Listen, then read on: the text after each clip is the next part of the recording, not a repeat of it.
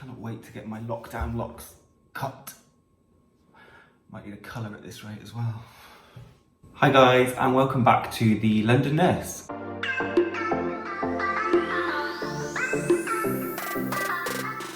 So I thought I'd make a video on how I prepare for interviews and also what I look for in an interviewee and potential employee when I'm interviewing. So I think I said it in a previous video where I absolutely love interviews. Anybody that knows me will know that that is an absolute fact.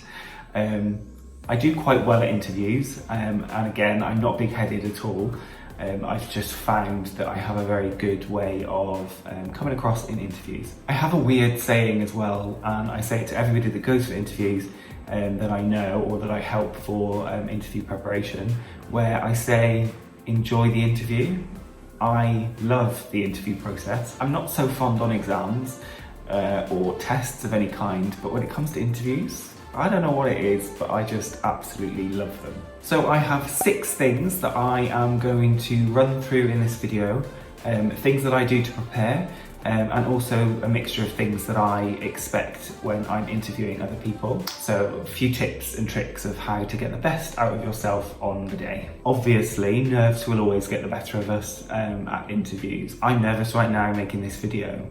So when it comes to an interview and you really have to sell yourself, you will forget things. You will walk out of that room and you will think, oh my God, I didn't say that. And you will instantly kick yourself and you'll want to run straight back in the room and you'll want to blurt it out to the panel. Obviously, you're not going to, but actually that's part of the process. Now, the interview process begins at application. So a strong application will guarantee that you get shortlisted for the role. Now, one simple trick to ensure that you are successful to be provided an interview from your application form is by following the job description, the essential criteria, and also looking at the desirable criteria for the role as well. When you apply for a role for the NHS, you're provided with the job description, and especially within my work streams, we provide the work stream documentation that follows that job description too. So everybody within my team is on a generic job description, but their work stream is slightly different depending on what they need to focus on in their role. So read the documentation that's available to you, make notes on all of the points that they ask of you as a successful candidate, and you really can't go wrong. Now, obviously, one thing I would advise is not to lie at application because you will be found out. But there's no harm in slightly elaborating on the truth. So a point might be that you have demonstrable experience with performance management. If you're applying for a role as a Band 6 senior nurse in that environment, you will have been supporting junior members of staff and also poor performance on a day-to-day basis. So really seriously think about what that means to you in the role that you're applying for, and really go to town on explaining how you support others. So go through each essential criterion within the documents or on the job application itself, and ensure that you mark that in your application clearly. As a shortlister, you really want to make sure that that candidate that has written the application has read the JD, the job description, and has made an effort to make that clear. I would not mind you copying and pasting in the job description into your application and then just working around those points. So again, an example could be that I'm looking for somebody with experience in computer databases. Because that doesn't fit the criteria necessarily of a nurse, as you're filling out your application form, you might forget that that's a point on the job description. So when I'm then marking and shortlisting, I cannot give you that point if you don't actually mention it within the application form itself. So a simple tool, in the early days anyway, cut and paste the job description into your application and then delete it and make those words your own. Making sure that you're not over egging the pudding and lying, but absolutely demonstrating the experience that you've had. Equally, it is okay to say things like, while I do not have experience with X, Y, and Z, it has been proven through other developments within my role that I'm capable of being a quick learner. You know, that's equally okay. Speak to people. Go and visit the team that you'll be working in. If you're applying for a clinical role, go to the ward, get a vibe for the team that you'll be working with,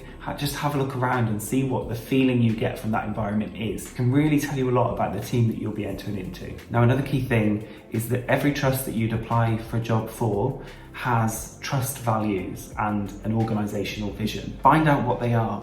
Really try to put yourself in the position of a staff member in that organisation if you're new to it, or if you're applying for a different role within the organisation, then find out what that local vision is. So within my team, we have an education strategy. So there might be a strategy that you can look into to link in your application to show the panel members that you have read around and that you are keen and you're really serious about this application. So you've got a job interview. Find out what is involved in that interview process. If there's a presentation, if there's some talk that you need to do not go into these things blind. Read the emails that come through, because sometimes you might be hit with an unexpected presentation and it gets the day and you've not prepared.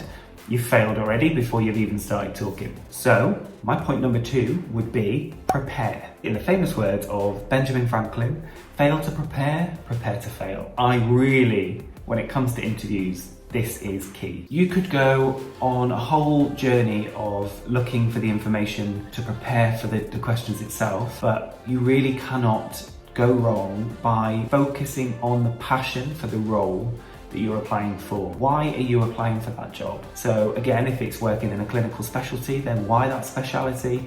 If you're applying for a different job, say within education, then what is it about education itself that you really want to be involved in? Speak to the panel members. You cannot go wrong by just asking via email to the panel members if it would be okay to meet with them to discuss some of their expectations and views for the role. As a panel member, that would show me that you are really keen and that you want to really excel at that interview process, but also to get to know each other. So you want to find out more about me and I want to find out more about you. You equally have the opportunity to find out whether the manager that you'll be working under is the person that you really want to be working under. Obviously now you've probably read a little bit around why you want the job, but that can get quite boring. It can get into the tone of, I'm just now saying things because I know that's what you want to hear. Say things because you believe in it. Say things because it's your passion. So if you know the job itself is around a particular area or a subject, so quality assurance, what does quality assurance mean to you? And how do you see that benefits you in that role? You're not just doing a job. You should never be in the position where you're just doing a job as a robot. You need passion, love, energy, vision for the role that you're applying for and the role that potentially you'll be working in for hopefully quite a while. So I would really like to see that you believe in what you're saying and you're not just talking through some prepared script where it's just soulless. I want to see you, I want to hear your voice, and I want to hear why you want that job and therefore why I should pick you. Most people fail at interviews because they either don't listen to the question itself or they fail to tie up the answer and make sure that it does answer the question entirely. So really make sure that your answers are given in total and then rounded off. And again, there's no harm in saying something like, and that is why I would be good for this job, or linking it back into the question. So if the question is about a particular scenario, then make sure that you reuse the words of that scenario to make it apparent to the panel members that you've listened to the question, you've answered it, and you've finished that answer. Now, one of the potential other areas that you would struggle with in an interview is actually selling yourself. Remember, nobody else in that room is going to sell you but you. So if you don't sell yourself, you're not going to stand out. Now, selling yourself doesn't mean being big-headed. It just means picking out the characteristics that make you unique, but also that makes you the perfect candidate for that role. If you don't believe that you're the perfect candidate for that role, then don't go for it, because it will come through an interview that you are not sure yourself, so why should I be sure that you are the right person? Now, another really good way of preparing for interview questions is to read around the subject that you're applying for. So if it's a clinical specialty, then read around some of the big research papers that have come out about that clinical condition that links with that speciality, or perhaps how it links into some of the NHS documents that come out, the 5-year plan, so on and so forth. It's also a really good idea to try and gather some data. So for the jobs that I go out to interview for, there is some element that I look for to see that the person understands that a lot of what we do in education creates data, and therefore the data is readily available. Now there is a danger of just regurgitating data and then I go, oh, what's that? What did you say about that retention rate? And then you're like, I don't know, I'm just bluffing my way through this. So when you do read something and it's interesting to you and you bring it up at interview, be prepared that that could be a hook for a bit more detail that would be looked for from the panel members. Throughout all of that process, passion, passion, passion. That's my third point. Interviews can be terrifying. I know that not everybody enjoys them like I do, but have passion about the job that you're applying for. I've said it before, but I really can't say it enough, that having passion about the role will really smooth over some of perhaps the cracks that appeared throughout some of your other answers. If you're somebody that oozes passion about the role that they're applying for, you can be forgiven some of the errors that perhaps you've made in other answers. So you've got to the end of your interview. Now it's over to you. This is your opportunity to ask questions. It's not something that is an empty question from the panel when they say, have you got any questions for us? We want you to say, yes, I've got 2 or I've got 3. We don't want you to sit there and go, no, because it shows me again that actually, are you really interested?